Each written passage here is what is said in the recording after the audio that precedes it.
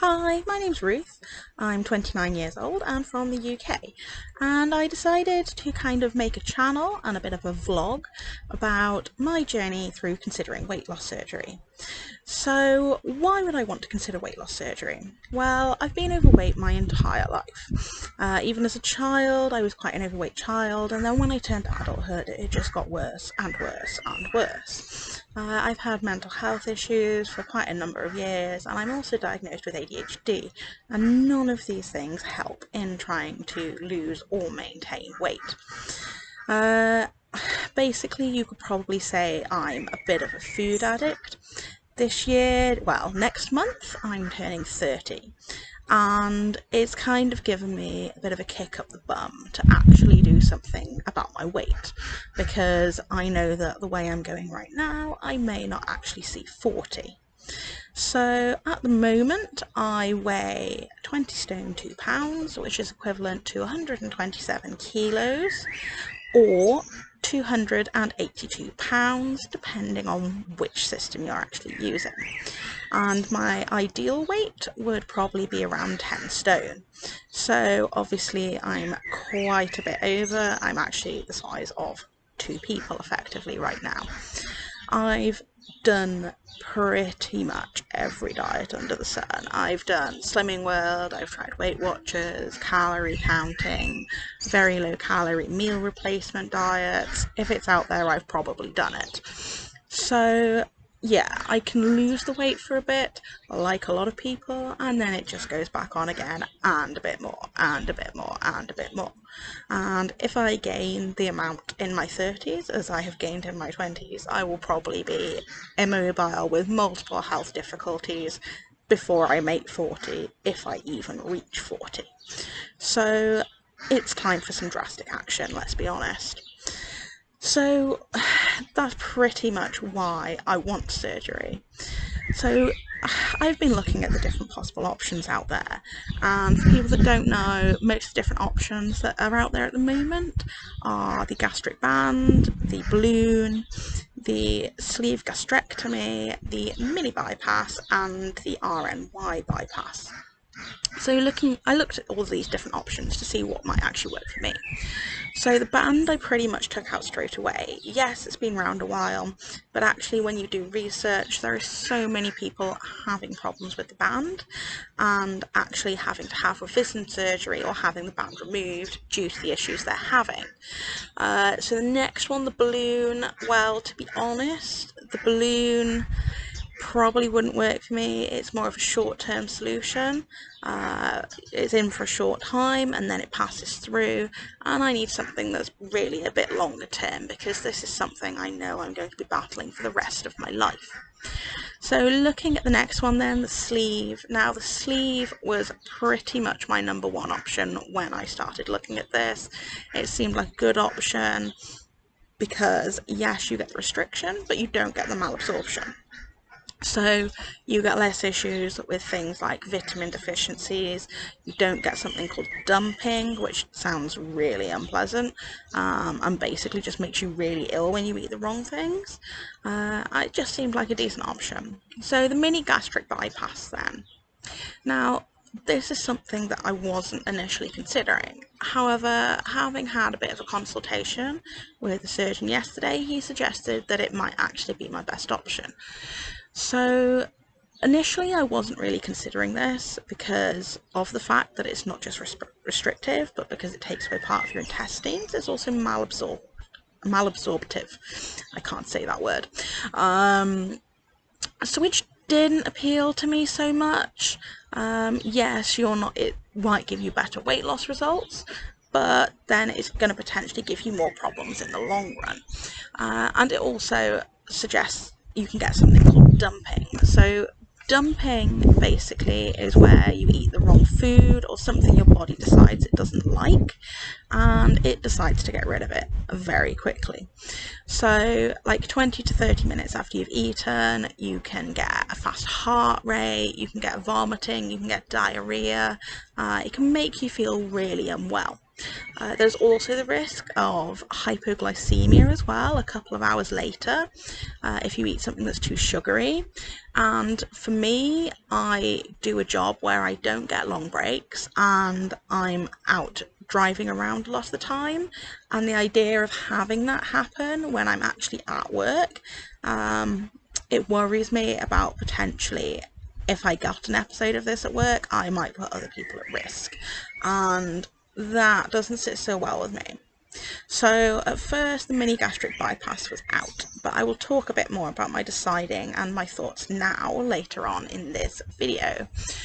So next then is the RNY bypass. Now the RNY has quite for a long time been looked at as the gold standard of bariatric surgery. It's seen as this amazing thing. It's been around, it's been tested, it's been around the block, and loads of people have had it done. However, again, it's more restrictive than the mini bypass, and I don't have any comorbidities at the moment, so I don't really feel like it would be the right option. It also has, again, a lot of the issues of the mini bypass plus some more on top. So yeah, that's the main kind of surgery types and my initial thoughts on them. So as I said yesterday, I had a consultation with a doctor, with a surgeon, who suggested the mini bypass might actually be a better option. So after that, I decided to do a bit of Googling, do a bit of research, and as someone who is actually a healthcare professional, I was looking on a number of research papers on a website called PubMed, which is where loads and loads of different research papers are actually published. So I was looking through them and looking at a lot of the research that's been done in recent years. It made me start to change my mind a bit about the mini bypass. So overall it shows better weight loss, it shows faster weight loss than having a sleeve, it actually shows lower complications than both the sleeve and the RNY bypass, and there is some longer term data starting to come out now, and from that it does appear that actually longer term it works a bit better as well. So that started changing my mind. Now, I know I would still have the issues that I talked about, it would still be malabsorptive, so I'd be at higher risk of like vitamin and mineral deficiencies, and I know I could still potentially get dumping, but I suppose dumping, a lot of it is going to depend on how strict I am and how good I am with myself. If I actually behave and follow the diet plan, then it's something that I shouldn't get. So it would just mean having to be that little bit extra careful in how good I was actually being and making sure that I followed the plan, which is why some people see it as an advantage, because it's basically used as a kind of negative reinforcement. You do something bad, you get punished for it, your body punishes you for it. So it kind of becomes that deterrent to not do that thing again, which can be a good thing. Obviously, initially it might be quite difficult, because again, if I'm at work in this first kind of learning period, then I could get this and I would have to be really careful. So I'm still kind of deciding at the moment what I want to do and what surgery I want. So living in the UK, we do have the NHS, and sometimes they will offer this surgery on the NHS. However, where I live, it's to even get referred for weight loss surgery, you have to do 2 years in their weight management plan, and during that time you have to be able to either unable to lose weight or you have to be unable to maintain that weight loss.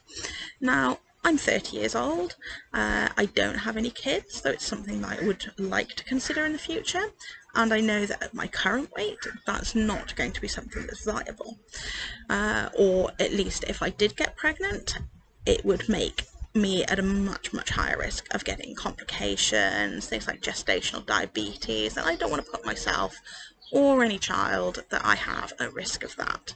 And I know I would also like to have kind of sorted my eating out before I start having any children.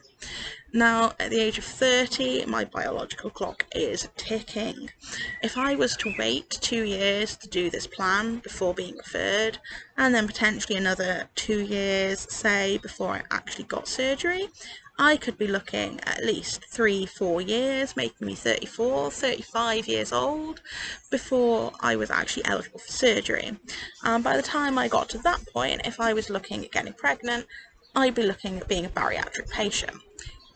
That's not a bariatric patient, sorry, a geriatric patient, which is not the nicest of terms at the age of 35. So yeah, and the other issue is once you have the surgery, they recommend waiting at least a year to 18 months before getting pregnant.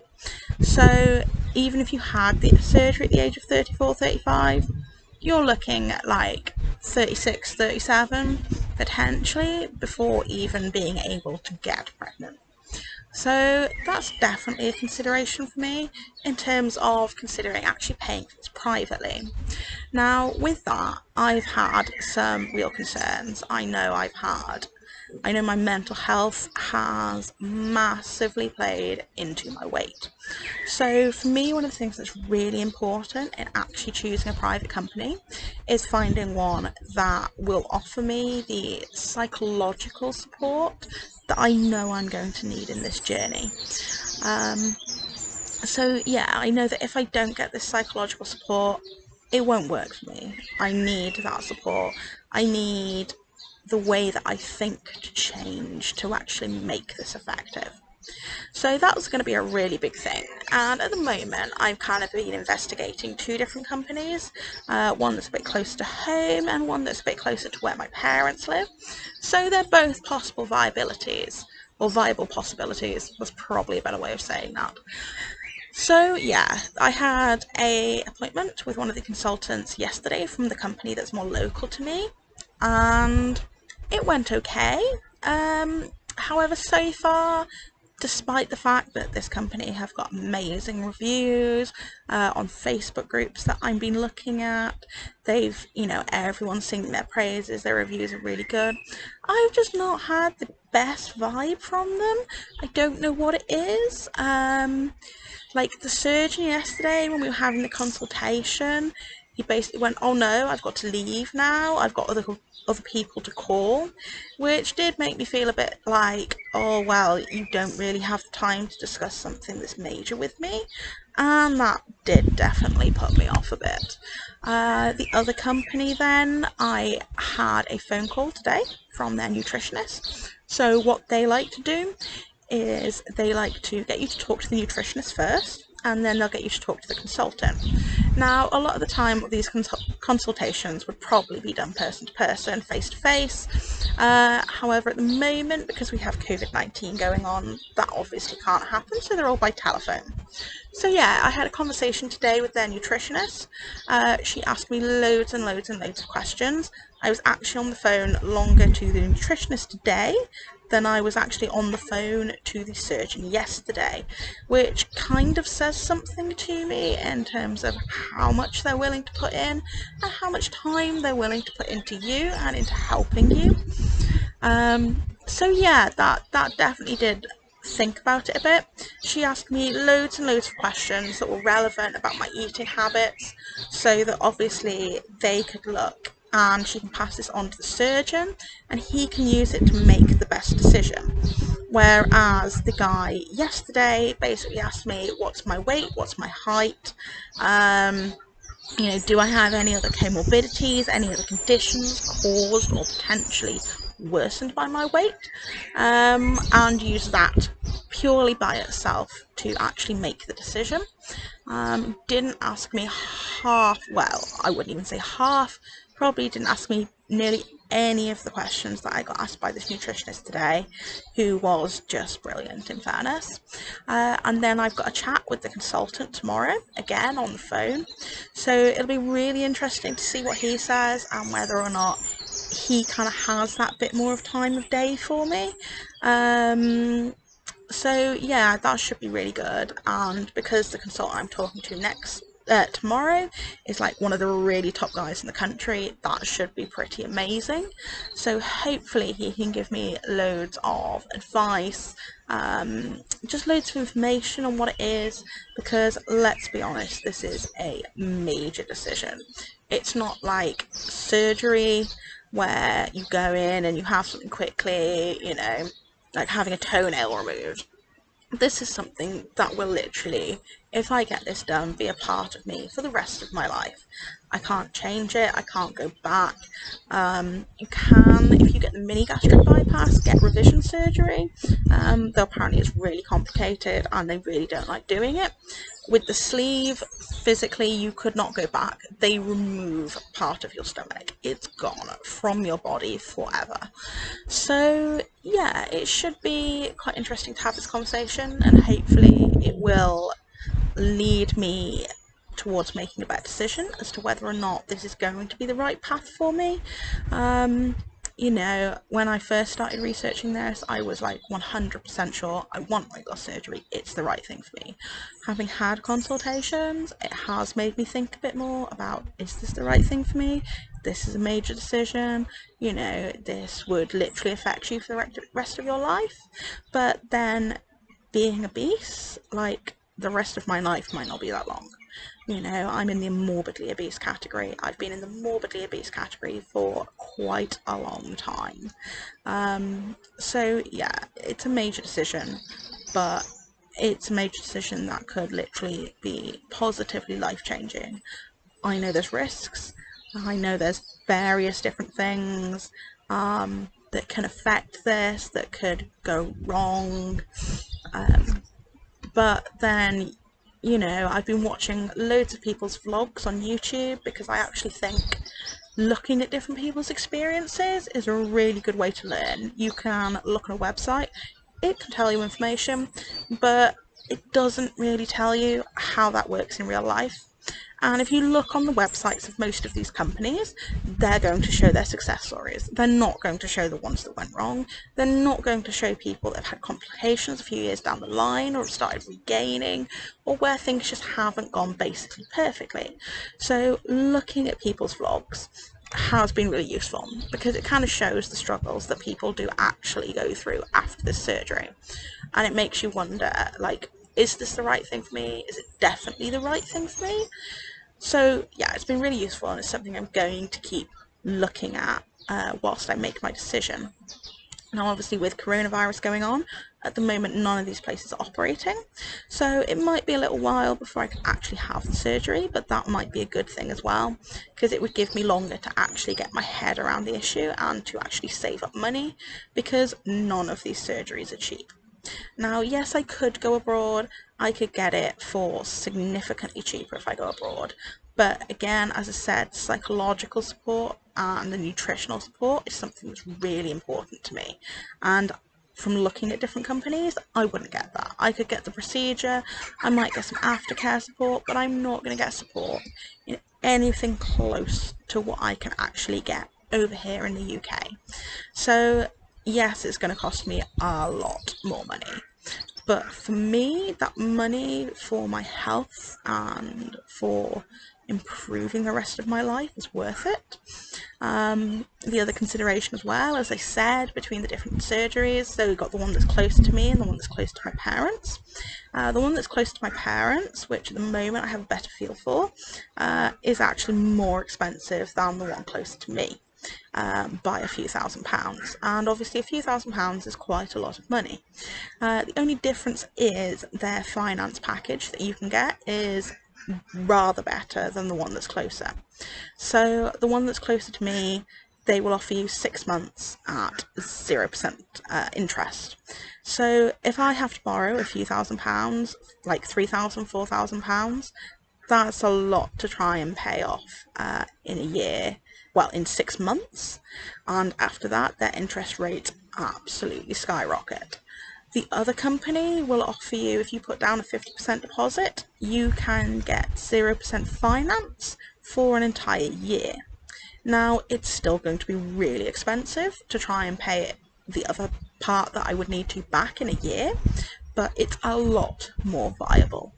And it's, if I work really hard and I watch my spending, it's definitely something I could do. So that's a consideration as well, because once you start getting into personal loans, they've all got interest and they all start getting more expensive quite quickly. Though it would be interesting to see whether or not interest rates are going to change again with coronavirus and when businesses start kind of picking up again. So at the moment I'm just looking at whether I need to start doing some more overtime at work so I can actually earn some more money to potentially pay for this surgery, and just really considering my options and what might be best for me and whether or not weight loss surgery is actually going to be the right thing for me, because it's not necessarily going to be the right thing for everyone. So if anyone's got any suggestions on whether or not weight loss surgery has worked, whether or not it's been the right option for them, and whether or not they kind of, how they decided between different surgeries, especially if they were again looking between like the sleeve and the mini bypass, it'd be really useful to hear which surgery you went for and why you ended up choosing that in the end. So yeah, if you've got any comments, then put them in the comments below and I would be really interested to hear that. So thank you for listening to me, and hopefully I might have another vlog post in a bit when I've kind of made up my mind, and we'll go from there. So bye!